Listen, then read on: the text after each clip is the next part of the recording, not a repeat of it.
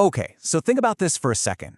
Imagine you're the most famous artist in the world. Your work sells for millions of dollars, but nobody has a clue who you are. No face, no name, nothing. Just a ghost who uses city walls for a canvas and the news for a gallery. Today, let's try and pull back the curtain on the biggest mystery in the art world, Banksy. Right? That's the million-dollar question. I mean, for decades now, everyone from journalists to art fans to the police have been trying to unmask this guy. But the ghost, well, the ghost stays a ghost. So what do we actually know about this phantom of the art scene? All right, so first up, the mysterious artist. Let's dig into what we can actually piece together. We know Banksy is just a pseudonym for a British street artist who has basically turned being anonymous into its own art form. And here's the central paradox, right? He is a global phenomenon, but the actual details about him are super fuzzy, and that's on purpose. Our best guess is that he was born somewhere around Bristol, England, maybe in 1974. Anything beyond that, it's all just speculation, which, you have to imagine, is exactly how he likes it. So if he's a ghost, how in the world does he pull this off? How does his art just appear overnight on buildings all over the planet? Well, that brings us to his method, which is pretty brilliant. It all comes down to this idea called communication guerrilla. He's not just out there making pretty pictures. Think of it more like he's staging an artistic ambush. He uses surprise and a little bit of subversion to hijack public spaces and basically force a conversation about things we might normally ignore. His process is a masterclass in getting in and getting out. It all starts with a sharp, witty idea. Then comes the key, the stencil. This lets him put up a whole piece in just a few minutes, usually in the middle of the night, and then just vanish.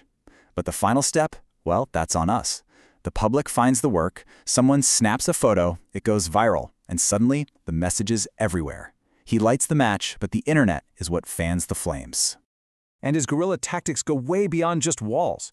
To prove a point about the stuffiness of the art world, he's literally smuggled his own art into places like the Louvre and the Museum of Modern Art.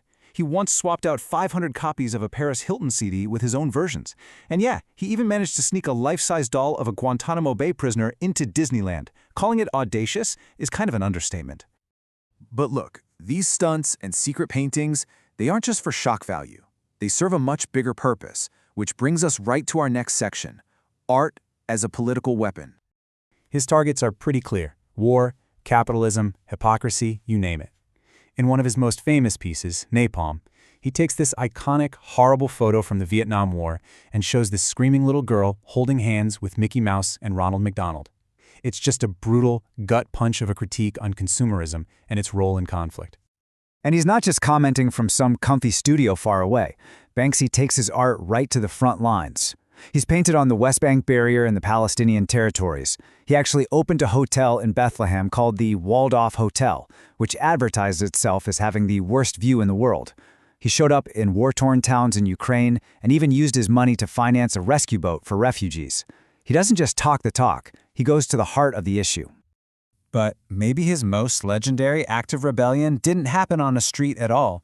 It happened right in the heart of the very system he loves to critique, the fancy high-end art auction. So let's set the scene. It's October 2018. You're at the famous Sotheby's auction house in London. And on the block is one of his most beloved images, Girl with Balloon.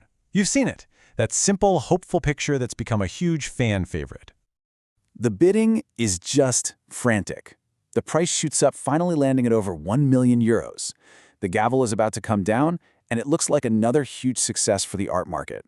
Another sign that Banksy is a blue-chip artist. Or so everyone thought. And then, bam, the gavel falls. Sold. But in that exact moment, this weird alarm starts going off from inside the big fancy frame. And before the whole shocked room can figure out what's happening, the canvas starts sliding downwards, getting chewed into little ribbons by a shredder that Banksy had secretly built into the frame years before. It was the ultimate prank, a spectacular takedown of his own art's commodification, happening live at its own auction. Now, here's a funny twist. The shredder actually jammed and stopped halfway through. But in a wild turn of events, the anonymous buyer decided to go through with the purchase anyway. The destroyed artwork was given a brand new name, Love is in the Bin, and it instantly became a piece of art history. Okay, and you ready for the punchline? 3 years later, in 2021, Love is in the Bin goes back to auction. And this time, It sells for nearly 22 million euros. So, in his attempt to destroy the value of his own work, Banksy somehow made it exponentially more valuable. The ghost tried to prank the machine, and in a way, the machine won. And all of this brings us to the big question that follows Banksy everywhere he goes. Is this guy a brilliant artist, or is he just a common criminal? I mean, just look at this contradiction. In one city, the council might just paint right over his work, treating it like any other piece of graffiti.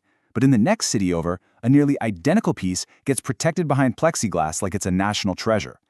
His work is somehow illegal and priceless at the exact same time. He's hunted by the police and celebrated by museums. So his art exists in this really strange limbo. One day, it's just vandalism that gets scrubbed off a wall.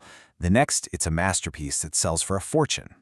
It makes you really have to ask, what's the real line between art and vandalism? Is it skill, the message, or is it just the price tag somebody puts on it? And that leaves us with the ultimate Banksy paradox. He fights the system, but the system just loves him for it. He critiques consumerism, and then his critiques become these hyper-expensive luxury goods. It's this fascinating, endless loop. So as his anti-establishment art keeps fetching record prices, you just have to wonder, who is really playing whom?